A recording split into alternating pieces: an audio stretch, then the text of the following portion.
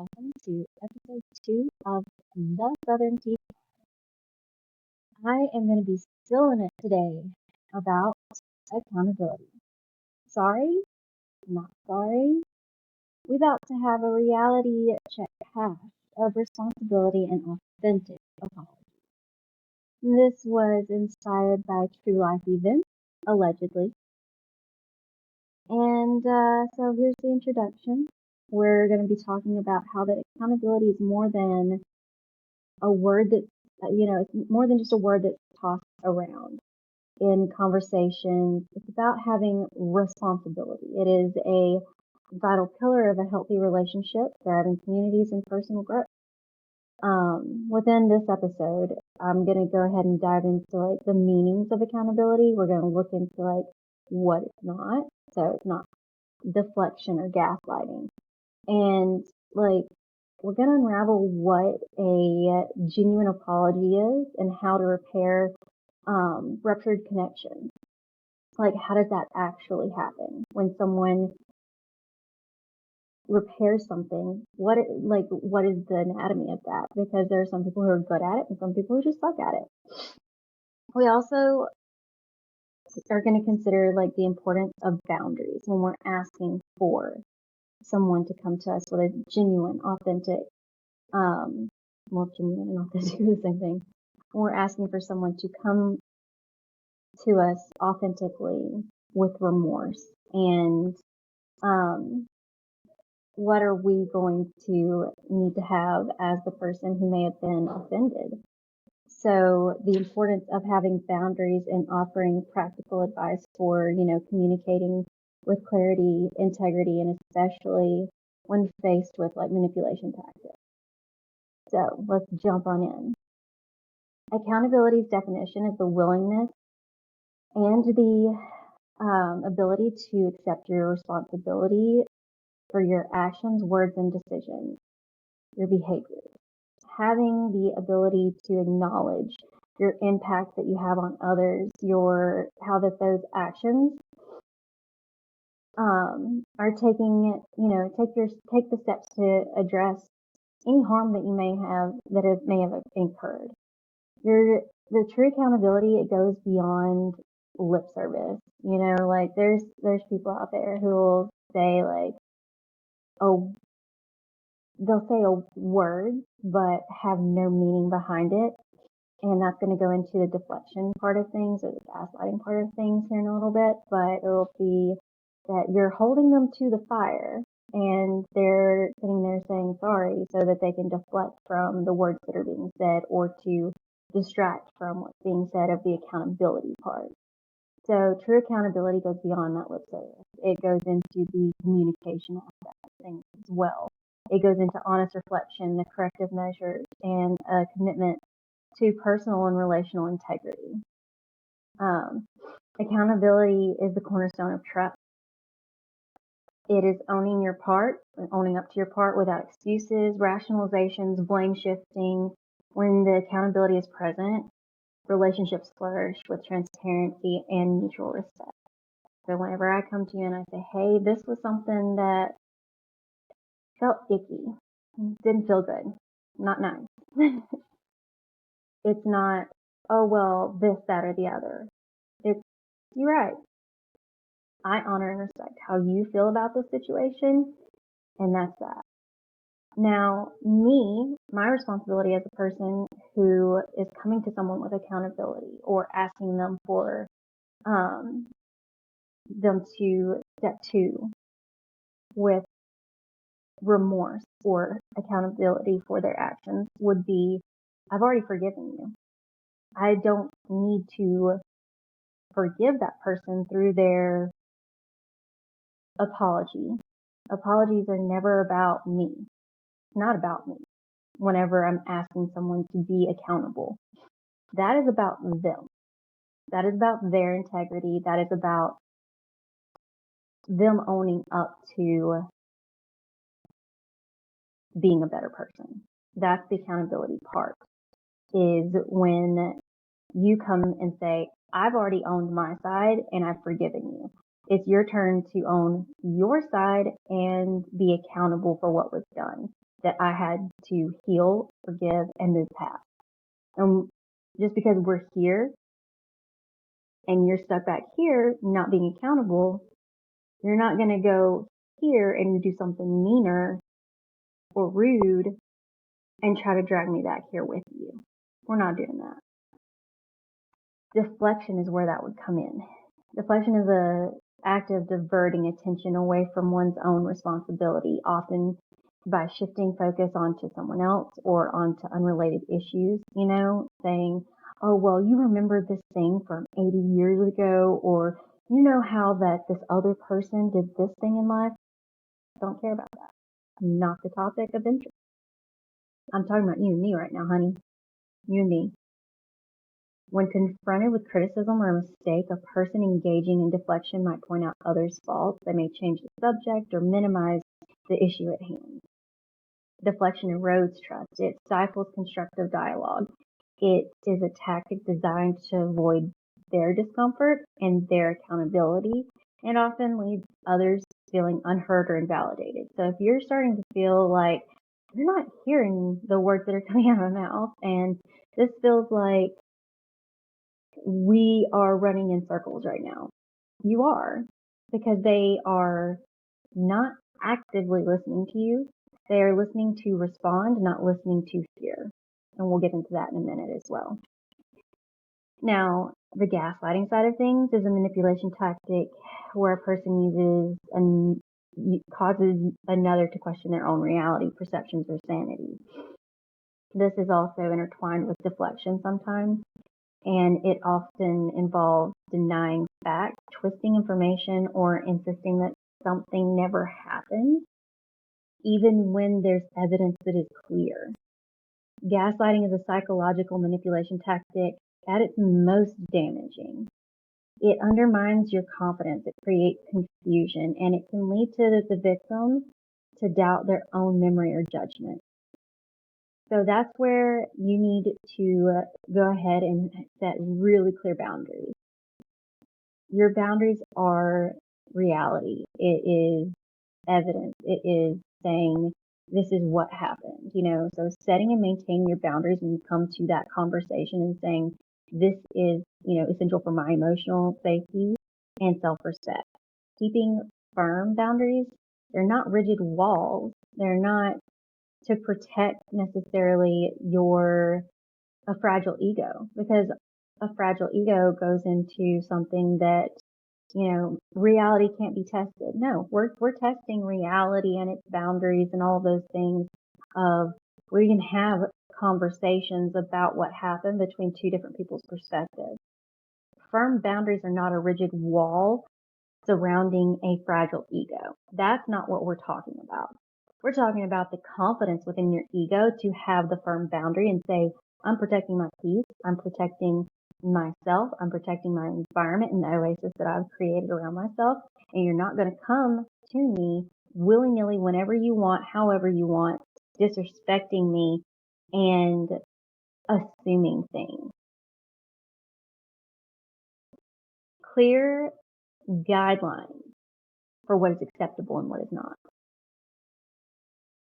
I said this was based off of a alleged true life event of someone who may or may not come in and out of life, speculating and accusing and saying what they think my reality is from their perspective. They don't know me at all. And we had a very clear conversation of what an apology looks like. And there was deflection, there was gaslighting, there was manipulation, and there was a lot of blame and other things that were said, and reality check with cash. We're not doing that. The boundary is firm, and I made it very clear what's acceptable and what's not a very long time ago. A very, very long time ago. When you attempted to deflect, gaslight, or whatever, that was my turn to hold firm within those boundaries that I created, and communicating, that manipulation wasn't going to be tolerated. And I think that person possibly is so deeply within their own rim of things that they don't even realize that they do it. And that's where I had come to that conversation, and I had already forgiven them. I had already dealt with what my perspective of things were and really understood them for who they were and gave them the opportunity to grow with that accountability. I wanted to offer them a new chance, a renewal, and a rebirth. Now, boundaries, moving on, boundaries, they reinforce your self-worth, clarity, and clarify the terms of engagement in a relationship, in any relationship. It does not have to be romantic. It doesn't have to be familial. It doesn't have to be just platonic. It could be your neighbor. It could be your coworker. It could be your boss. But those boundaries, you can say, this is my self-worth, and we're not crossing this boundary. This is who I am as a person, and you don't come to me this way. This is my parameters around myself and my safeguard for who I am. And healthy boundaries are non-negotiable foundations of respectful interaction. They empower you to stand up for your needs and values, even when you're challenged by manipulation or avoidance. These are non-negotiable. You say, this is the line I hold. It's what we're not going to do. You want to push at it? It doesn't budge. Nope. Still not budging. Still not budging. Now, sorry, I'm reading my notes because this is a heavy topic, and I'm staying on topic here. So I accidentally covered up my notes there, and obvious reasons. There's a few points that I'm like, okay, I'm gonna rabbit trail, so I'm keeping notes here. All right, so we are going to speak from evidence, fact, reality. Now, this is something that when met with gaslighting or deflection, you're going to have to hold firm in this as well. This is something that is very important. And you may have to come to a conversation of accountability with notes. It's what it is. It's not ever a problem to schedule a conversation of accountability. There are times where you may need to process your emotions first, and it's okay to write yourself notes and say, listen, this is something where there might be heightened emotions. So we're going to sit down and have a constructive criticism or constructive feedback.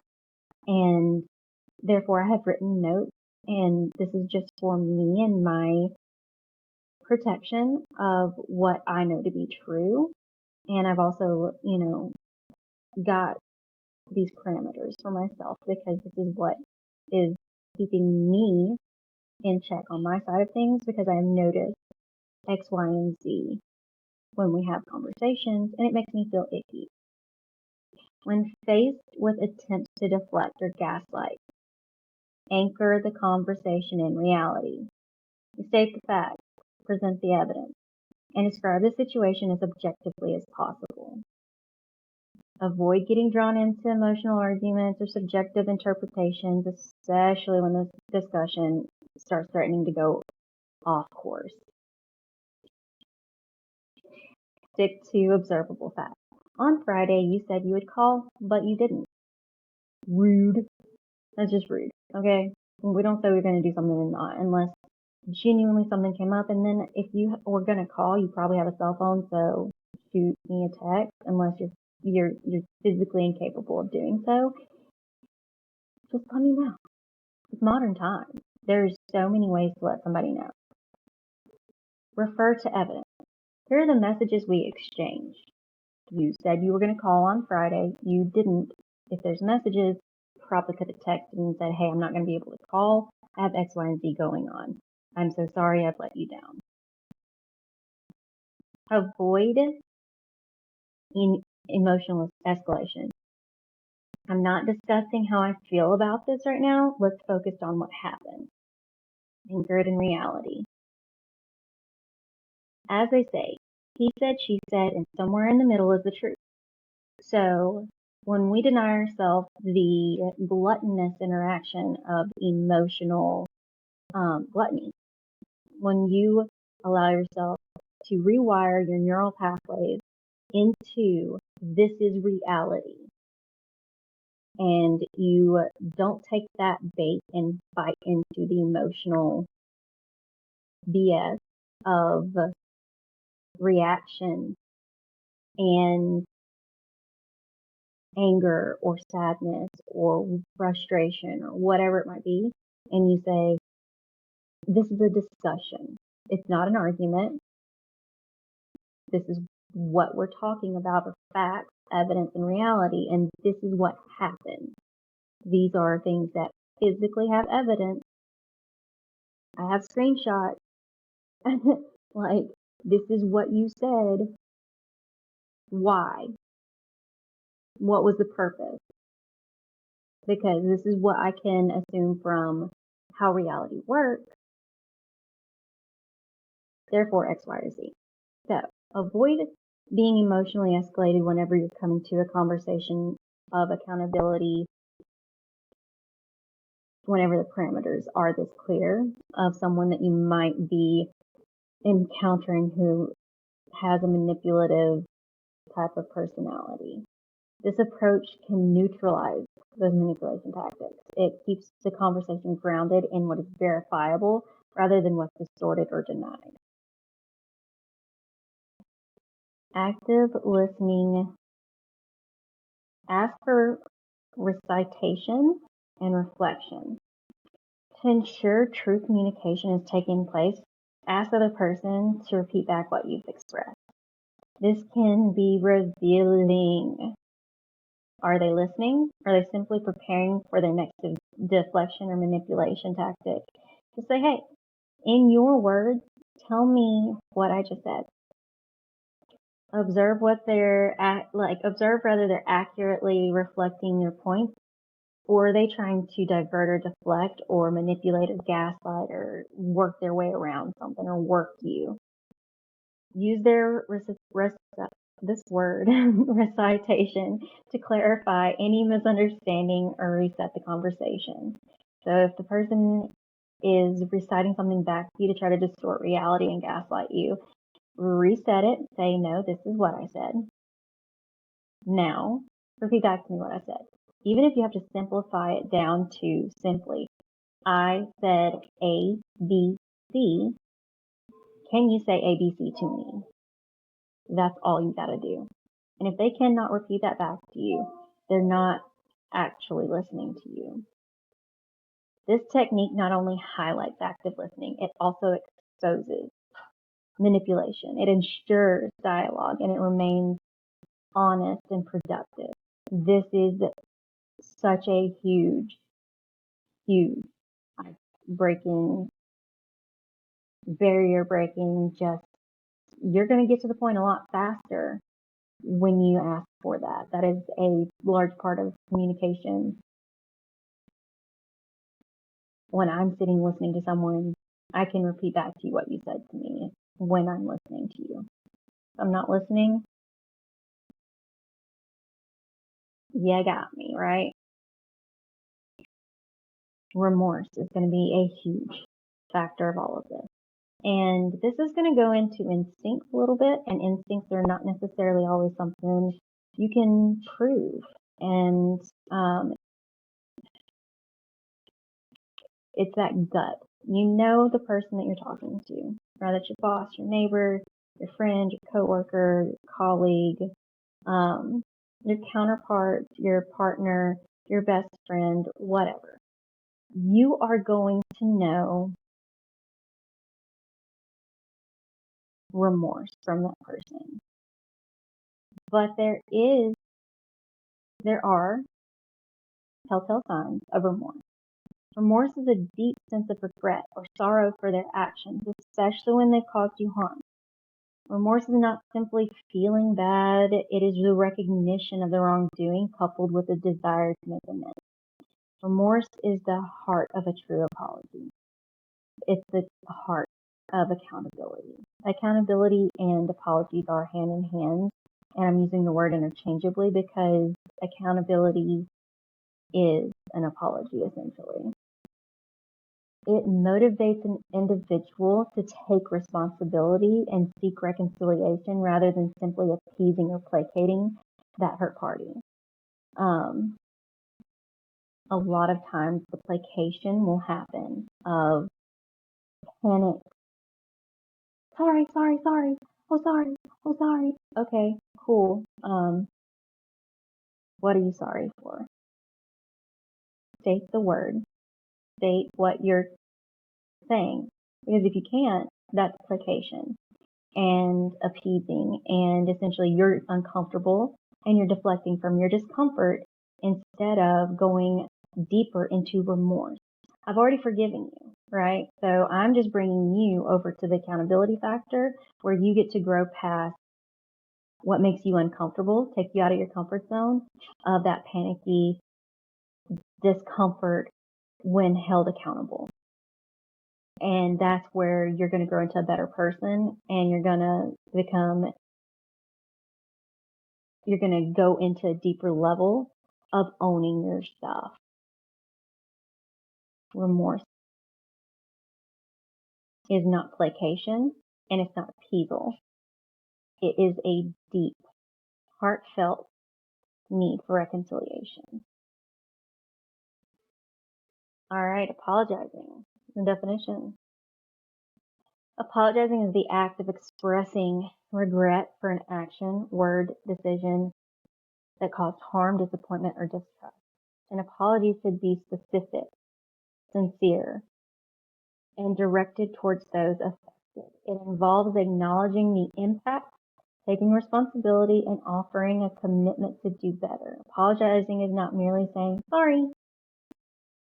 It is about owning the harm, expressing empathy, and demonstrating a willingness to change.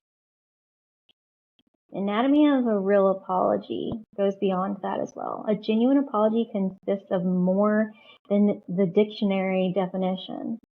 It is a blend of empathy, action, consistent efforts to rebuild understanding, communication, and trust following an event that damaged a bond between two individuals.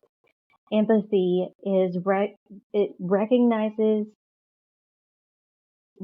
and feel the other person, their pain that you may have caused them, showing you understand the impact of your actions.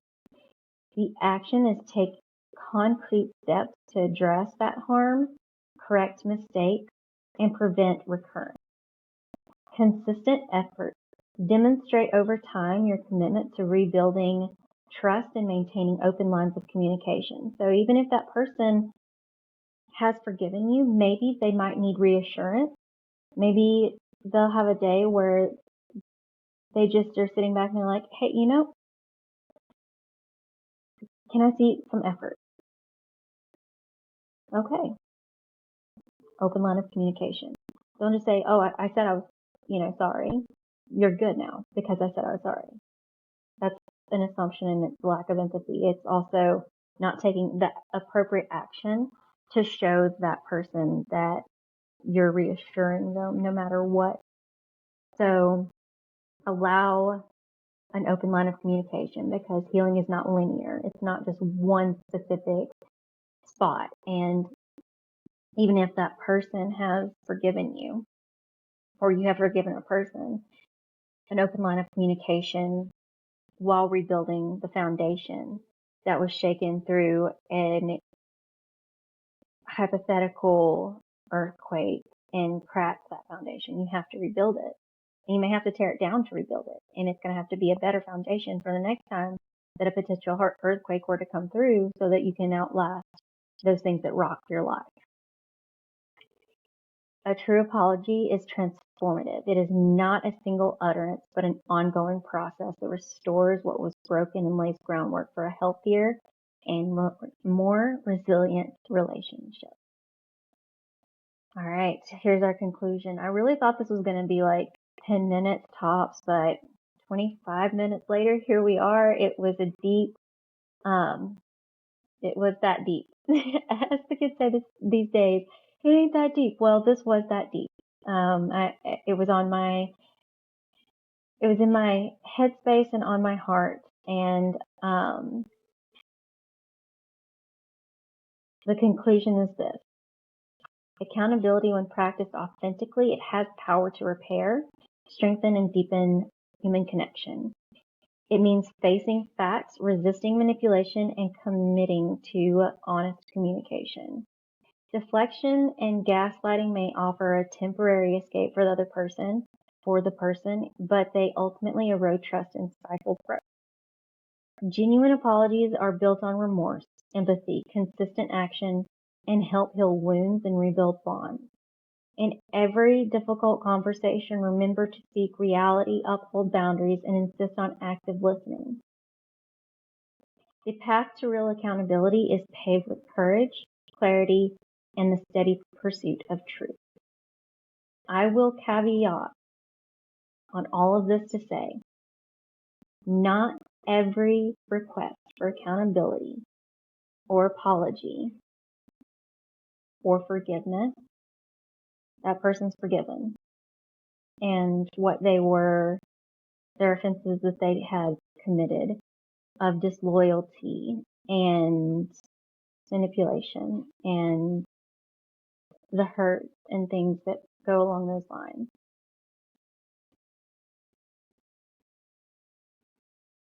It's all forgiven. On my end of things, I will not be forgetting that is their character. It is 34 years of proven, repetitive, time and time again character. And that's what I was addressing. I asked that person to step up, and they chose to shrink to the occasion.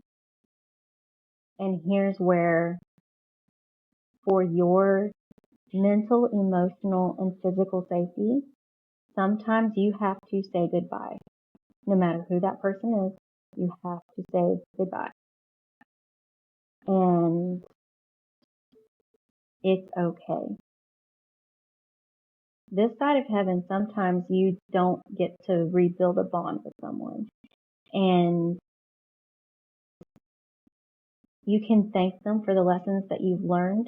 But you do not have to subject yourself to further harm.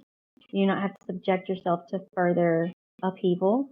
And you do not have to subject yourself to continuation of a toxic cycle or abuse.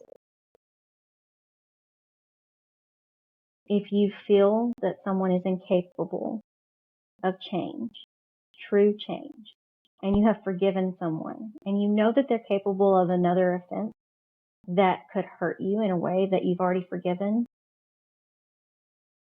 there's going to come a time where you have to hold your boundary firm and say, no, we're not doing that anymore. You change or I'm out. And that was the final conversation that I had with that person. It was enlightening, but I feel as though that, as we're, like I said in the last episode in my intro, shattering the glass ceilings here, you do not have to forgive someone and forget what they did, only to have the same hurt happen again.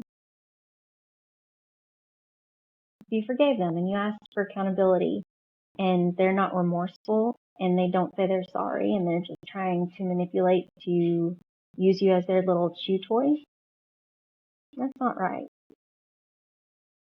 You are not here to have your boundaries run over and disintegrated, or for you to spend years in therapy or backslide or whatever else happens. Whatever it is that you're going through, once you've forgiven someone and you say, hey, I'm coming to you, haven't forgiven you, are you ready for reconciliation? If they come at you with something that is along the lines of no, understand the assignment, because there's now two parties who are responsible. There were two people who were responsible that day. They were no longer the only person responsible. I, knowing their character and their behaviors and the way that they act from a healed standpoint, was then responsible to hold them accountable, saying, these are your behaviors and actions. I held that person accountable. They refused to step up and rise to the occasion to be better. And so it's my responsibility to no longer perpetuate those toxic cycles and say, peace out, Girl Scout pie. You're not welcome in my life. And that's that. Now, if you are forced to interact with someone who, like I'm thinking along the lines of a coworker, a boss, or someone along those lines, I would say look into your company's policies for safeguarding you. My company has safeguards and parameters for protecting their employees from certain things. So I recommend you looking up your company's policies and regulations for upholding the line, if you will, because no one should be subjected to any form of life where they are forced to constantly be uncomfortable or have to forget someone over and over and over again for the same things. All right. So I guess this is the first official full episode. I didn't mean for it to be this long. I was going to do another mini, but here we are with a fully. So, let me know what you guys want to hear next. I'm thinking we're going to lighten the mood up next time and go for something a little more comedic, possibly, because that was a heavy one. And I definitely don't like being super serious all the time. So let me know what you want to hear. Like, comment, subscribe, because we have like I have like so many views, but like 60 followers on Instagram. Like my stuff, guys. Don't be weird and just look at it. Like it, follow, subscribe, comment, interact with me. Like, oh my God, why are you so obsessed with me? Like, looking at my stuff, but not actually liking it. Oh my God, it's weird. Don't be a stalker. Interact. Or be like a legit stalker. Like, actually follow me. Follow me. Like, let me see that you're following me. Don't be like Ted Bundy. Like, actually, like, show up. Like, there's that humor. Okay, guys? Like, the Night Stalker. Y'all are in the shadows right now. Get up on the follower list. We've got Patreon going. I've got YouTube going. All the things. And yes, I made some true crime jokes just then because why not? It was a heavier episode, a little bit more of a deep dive, so I had to bring us back up to I'm not crying, you're crying. And we're now not crying, we're probably, hopefully laughing. Alright, like, comment, review, whatever. If you don't, it's fine. I'll just keep talking to myself. And you can just keep being weird and creepy and just watching my stuff and not following me. Alright. I'll see you guys in the comments and the DMs, wherever that you decide to be. Peace out, Girl Scout.